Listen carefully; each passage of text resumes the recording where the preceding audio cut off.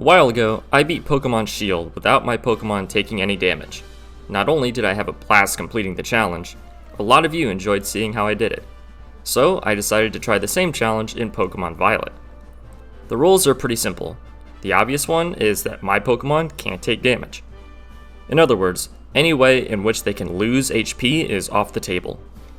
This includes opponents' moves, recoil from my own moves, opponents' abilities, status afflictions, weather, and confusion. I'm not allowed to use the internet in any way, whether that's to be assisted in terror raids, or get a Pokemon traded to me. In the interest of time save, I'm giving myself up to 10 checkpoints to save the game to where I would close the game and restart my unsaved progress if I happen to take damage. This felt like a fair amount given the current instability of the game, coupled with the fact that there's so much to do besides just become champion. The first battle against Nemona took a while to figure out. I went into this hoping she would choose any move at random, so I initially picked Fuecoco as my starter, hoping to get 2 1-in-3 chances in a row for her to use Tail Whip, and then trained against Bug and Grass types on Pokepath. After 30 tries, it was apparent that she would always try and damage me on turn 1. So I booted up a new file and changed my starter to Sprigatito. I also needed to make sure that my Sprigatito had an attack boosting nature as well as a speed stat of 12, making it so it would always outspeed Nemona's Quaxly. All I needed to do now was get a 1 in 24 chance to critical hit with Leafage. I then proceeded to reset over this 100 times with not one crit. If you watched my no damage run in Shield, you might remember I crit hops Wooloo, which even caused a reaction from him. However, in Scarlet and Violet, this battle is scripted. So unfortunately, this challenge also starts after the first battle. I put my reset counter back to 0, but I kept the timer going since I still spent that time trying. The first thing I did was catch a Fletchling on Pokepath with the intention of using it to fight the Bug and Grass types around. But my chat pointed out that there are Magikarp that spawn back where I first battled Nemona, and Magikarp only know Splash up until level 15, making them completely safe to battle. I caught a Buizel while I was there too. Then, after only an hour, I gained 10 levels on Sprigatito, and he evolved into Floragato. The actual first battle of the run was against Arven. He was not an issue though, only had a level 5 Squabit. Then, before entering Mesagozo, Nemona wanted another battle. This time, I one-shot her Quaxly, but in this battle, she also has a Pawmi, which she terastallizes. If you're unfamiliar, terastallization is the battle gimmick of this generation, where once per battle, you can change a Pokemon's type purely into their Terra type. This can help your Pokemon defensively, but it also boosts your moves that are the same type as the Terra type. Normal same type attack bonus, or stab, is a 50% damage boost, but the damage boost you get from terastallizing is 100%. Doubling your damage is very useful for a challenge like this, which is why I'm never going to do it. Since the game itself is so easy, I figured this was the least I could do to make it a little more interesting. More challenge equals more fun, right? Anyway, I also easily one-shot Nemona's Terra Pawmi and proceeded into Mesagozo. Inside the city were some Team Star grunts, which Floragato dealt with easily. After setting up all the quests, I bought a Miracle Seed and headed outside the city to do some leveling and EV training. Those Magikarp earlier not only gave valuable EXP, but they also gave speed EVs to all my Pokemon. Since everyone I caught so far is a physical attacker, I focused on gaining attack EVs next. I did this until my Fletchling learned Acrobatics and evolved. Then I went ahead and took on the Bug Gym. Because nothing Katie had knew priority moves, I easily swept her with Fletchinder. I needed to catch 3 new Pokemon, so because the risk of one escaping a Pokeball and attacking me was present, I decided to utilize my first checkpoint. I dropped the save in front of the rarest of the 3, an Axew, which has the ability Mold Breaker, a crucial ability in this challenge. I also caught a Rockruff and a Bounsweet. And when I say I caught a Bounsweet, I mean I caught 6 until I got 1 with the right ability. Yes! Oh my god. Then I went back to training for the rest of the stream. By the way, I streamed this entire thing on my Twitch channel, so if you want to see me do this kind of thing live, I would love to have you there. Also, while I'm at it, if you're enjoying the video so far, consider subscribing here on YouTube. I put a lot of love into this video, and subbing is the best way to let me know that you want to see more. The next thing I did was battle some trainers around the area so I could get a TM for Aerial Ace from the league rep, which I then taught to Axew. Then I spent about 4 more hours training until Axew was level 32, and I was ready to take on the Grass Gym. Brassius' first 2 Pokemon were no problem, but his ace is a Terra Grass Sudowoodo with the ability Sturdy.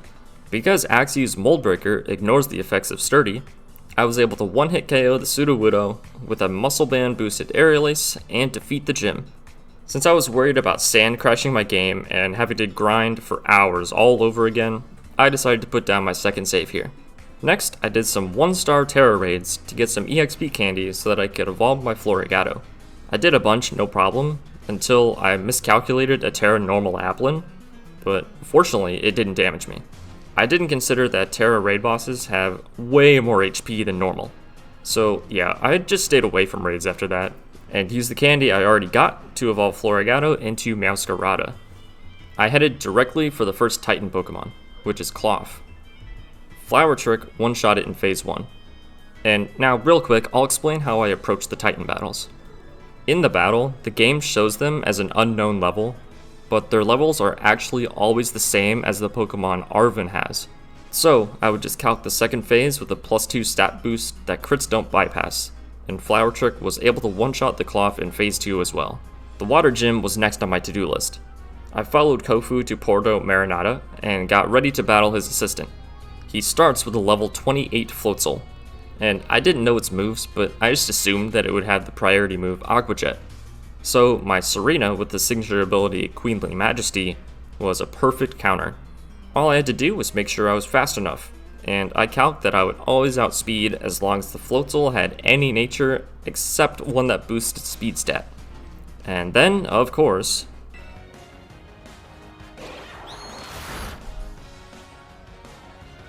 it has a speed boosting nature. That's reset number 1. I did everything except for that Applin raid over again, but this time I just used Meowscarada and assumed he wouldn't Aqua Jet me, which he didn't. So I KO'd his Clauncher as well and brushed him aside. When you arrive at your 3rd gym, Nemona forces you to battle her before you do it. The team she has is nothing scary, so I was confident in getting through it with no issues. Now, you may notice an issue here, but yeah, I sure didn't. Until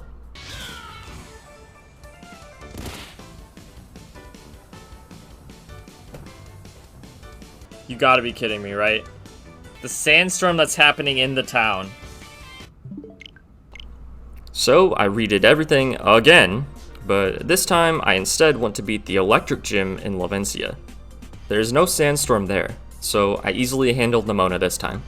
This gym finally had a gym challenge where you actually do something at least a little bit interesting, but the trainers didn't cause me any issues. Then, for Iono, I had to lead with my now Lycanroc and use Accelerock on her Watchel with Quick Attack, and then the rest was just Flower Trick spam for the 3rd badge. When I got to Cascarafa, there was no sandstorm happening, so I went into the gym battle ready to whoop Kofu and finally move on. However, the game had other plans for me. There is sand!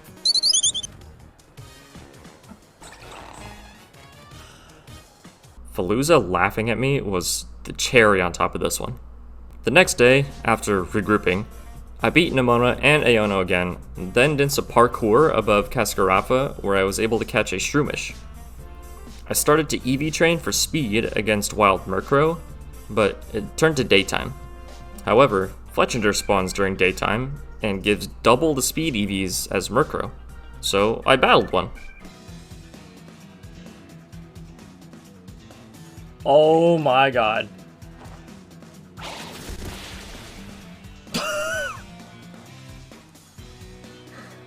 Oh, friendship is busted. It used Feint. How didn't I see that? For information's sake, As you raise your Pokemon's affection level, you start getting the chance for luck-based benefits during battle. In this case, because I was at max affection with Lycanroc, it had a 10% chance to avoid that +2 priority feint, and it happened. After being completely bailed out by this mechanic, I made it my goal to never make another mistake the rest of the run. I continued to EV train against Murkrow and Deerling for speed, while Shroomish held a Power Bracer for attack. Oh! Rip that one. I knew it was about to happen. Then I found I could safely battle these high-level Slowpoke with Meowscarada for faster EXP gains. Once Shroomish had learned Spore, I let him evolve into Breloom to also learn Mach Punch and relearn Brick Break.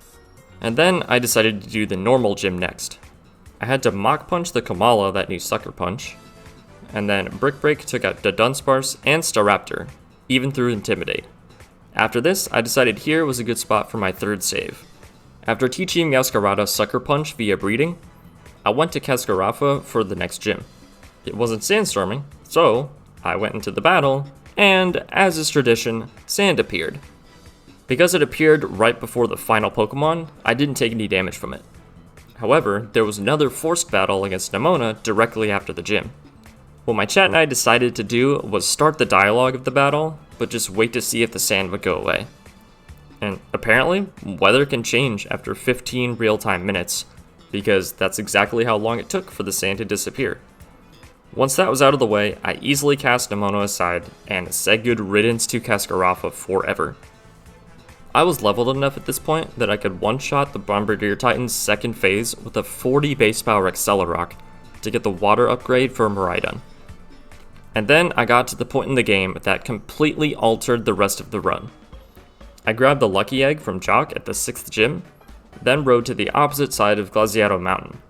Using Normal type and Counter Power Sandwich at this location, you can force Chansey to spawn at level 43 to 49. Chansey and Blissey are the only normal types that spawn here, and they are notorious for the amount of EXP they yield. Compared to the EXP I was getting before, you can see why this strat was a game changer. Here, you can see the level difference after a single 30-minute sandwich buff, and then after a second one. Especially after getting a Floatzel and a Haxorus, I was pretty decked out after only an hour of training.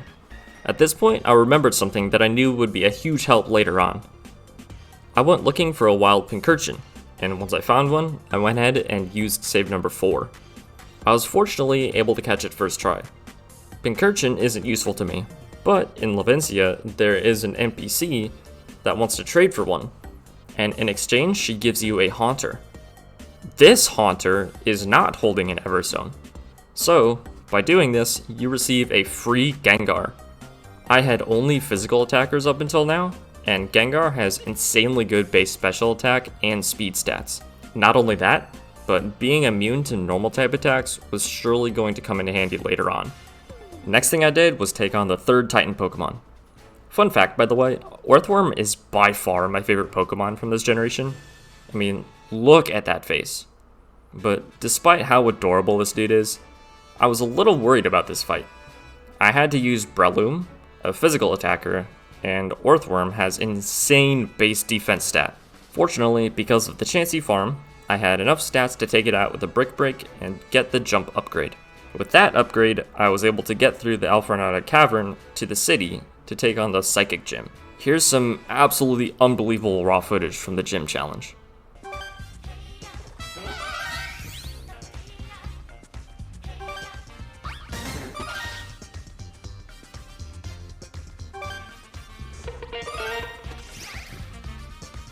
Just riveting stuff. Anyway, the trainers were no problem, so I passed and went to take on Tulip. Night Slash on Fairy Giraffe, Flower Trick on Gardevoir, Sucker Punch on Espathra because of Quick Attack, and Night Slash on Florges. Meowscarada was able to sweep and get me the 6th gym badge. Before you challenge the 7th gym, Nemona wants to fight you one more time. Fortunately, snow replacing hail means I don't have to worry about weather damage here. Also fortunately, I was like 30 levels ahead of Nemona, so she was kind of a pushover. Then, the Montenevra Gym Challenge involved winning 3 double battles, and I had to use the same 2 lead Pokemon for all of them. I had to go with Serena and Meowscarada. The first opponent had a Shuppet with Sucker Punch and Curse, but Serena nullified priority moves, so I won easily. The second opponent had a Haunter with Sucker Punch, but Serena nullified priority moves, so I won easily. And then the third opponent had a Drifblim with the ability Aftermath, meaning I couldn't use a contact move to KO it. So I used a not very effective Flower Trick and thankfully won that too. Now the battle against Gym Leader Rhyme is, appropriately for the Ghost Gym, pretty spooky. It's also a double battle, and her lead Pokemon are Bayonet with Sucker Punch and Shadow Sneak, and Mimikyu with Shadow Sneak, as well as its signature ability Disguise. So I needed to find a way around 2 Pokemon with priority moves, plus one of them can't be one-hit KO'd because of its ability. This sounds really difficult, but no need to worry, because I had this all planned out from the very beginning. Remember when I caught those Pokemon when I only had 1 gym badge? I knew all along that those would be absolutely key for this fight. Serena, once again, disabled all priority moves with Queenly Majesty, and then Haxorus was able to bypass Disguise with Mold Breaker, turning this battle that looked tricky on paper into an absolute piece of cake, and earning me the 7th gym badge. After that, I Chansey farmed for a while to give Gengar and the rest of my team some levels. And I thought you'd like to see a little something that happened while I was farming. Oh my god! It actually happened! Moida it? I can catch it though. Does it only have normal moves? Soft boiled, light screen. Yeah, I can catch that. 45. I didn't buy quick balls.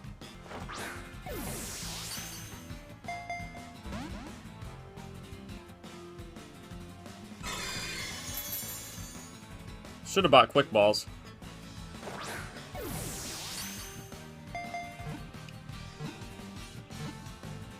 Alright, we got it. Would I like to give Chansey a nickname? She was very comfortable in the box until Pokemon Home updated. Anyway, when I was done farming, I bought mints to make sure everyone's offensive stats were as good as possible. Then the 8th and final gym was next on my agenda, but I had a bit of prep to do first. Grusha not only has a Titan with the priority move Ice Shard, but he also has a Beartic with Aqua Jet. Breloom could handle this with Mach Punch, but Grusha's Beartic has Snow Cloak as its ability, meaning if it happened to be snowing during the battle, I would have a 1 in 5 chance to miss. I didn't want a Cascarafa sort of situation on my hands again. I wanted to be 100% safe. So I went to Asado Desert in search of a Phalanx, and when I found one, I used my 5th save. It took a few tries, but I managed to catch one without getting damaged. Then I took it to the Chansey farm until it hit level 35 and learned First Impression, a 90 base power bug type move with +2 priority, if you use it on the first turn your Pokemon is in battle. I had my Haxorus learn it via breeding. I did this because Snow Cloak is actually one of the abilities that Mold Breaker negates, so even if it was snowing, I was totally safe.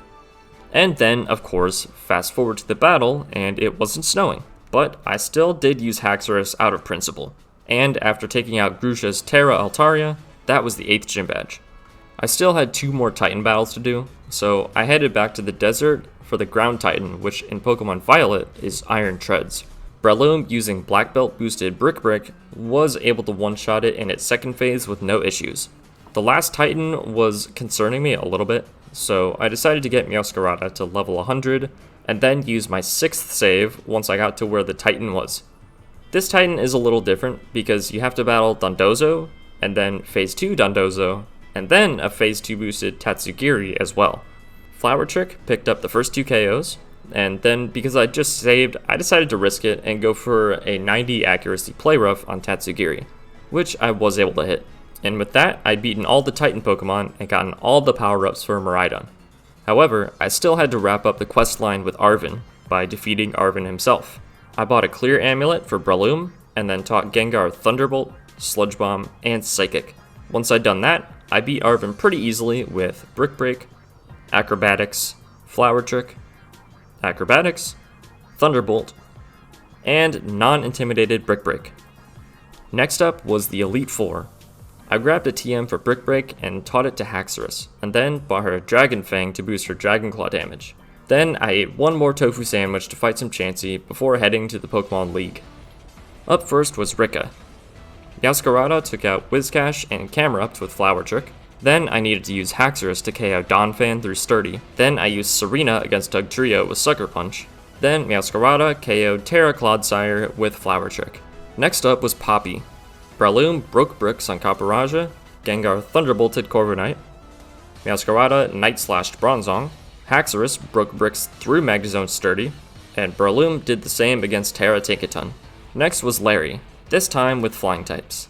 Talonflame took out Tropius, and then I learned Gengar floats in the air against a flying Pokemon. Oh. Yeah, Levitate, finally. Gengar finally has Levitate again. After that, Haxorus took out Altaria, and a now-standing Gengar took out Oricorio and Terra Flamigo. Finally was Hassel, who was no hassle at all. Haxorus beat everything in the gym with Dragon Claw, except the Dragalge I beat with Gengar to avoid getting poisoned on contact. I'd beaten the Elite Four, but the champion battle was still ahead. I put Gengar in the lead and went to see La Primera. Her Espathra had Quick Attack, but my Ghost type didn't care and Shadow Balled it. Next came Ice Table, which, because of its poor special defense stat, went down to a Sludge Bomb. Next was King Gambit, which is 4 times weak to fighting. Next was Go-Goat, which I took out with Acrobatics. Next was Veluza with Aqua Jet, but because all of its attacks do damage, I was safe to Sucker Punch. Lastly was her ace, Terra Rock Glamora, which, by the way, would have been way more threatening in the lead, so thanks Game Freak. It easily went down to a Flower Trick, making me the champion. Since Gita is so easy, the game makes you fight Nemona one last time. Serena in the lead meant I could avoid Lycanroc's Accelerock and KO with Chop Kick. Haxorus KO'd her Goodra, Breloom KO'd her fancy 3-segment Dunsparce, Gengar KO'd her Quick Attack Pawmot, Breloom KO'd her adorable Orthworm, and Meowscarada displayed starter dominance over Quaquaval. All I had left before hitting up Area 0 was defeating 5 Team Star bases. Once I got close to the first one, I put down save number 7. Here's why I decided to do this entire storyline last. In each of the bases, you are forced to defeat 30 of Team Star's Pokemon using the Let's Go battle feature. These battles are decided based on the Pokemon's level and type advantage.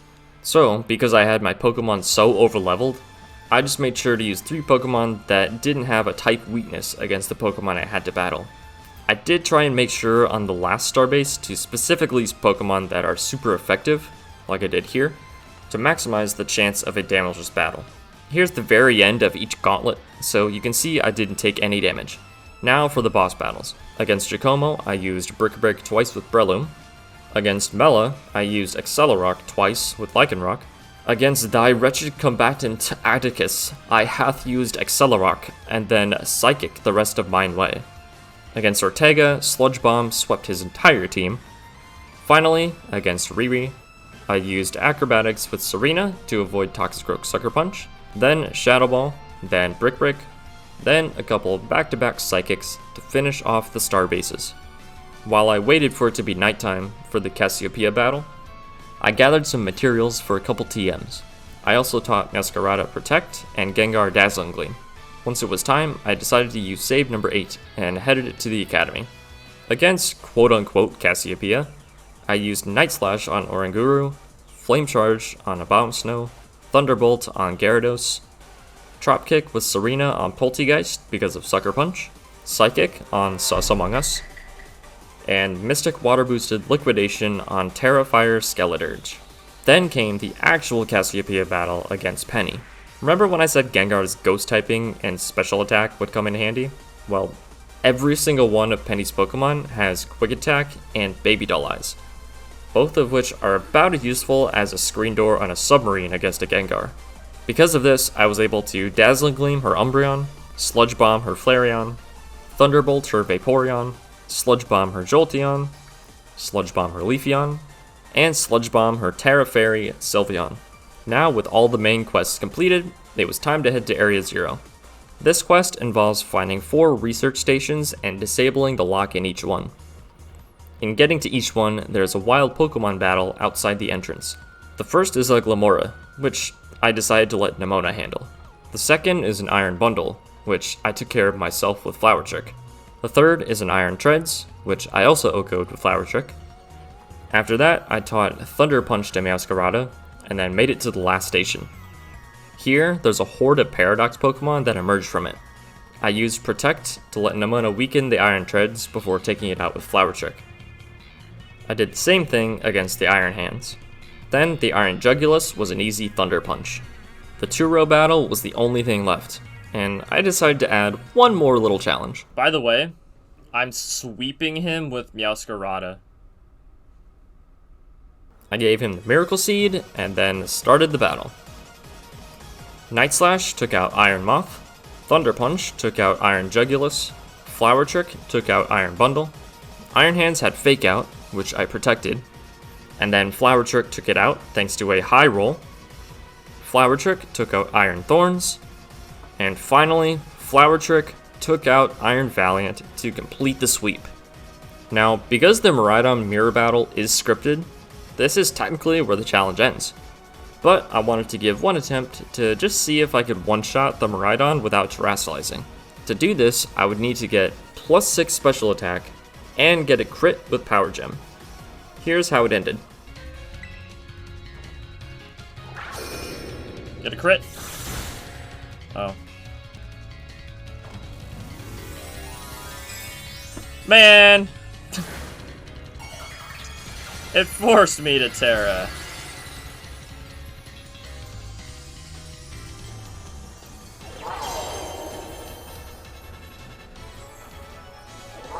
I didn't choose anything. It literally forced me to Terra Blast. And that's the end of the challenge.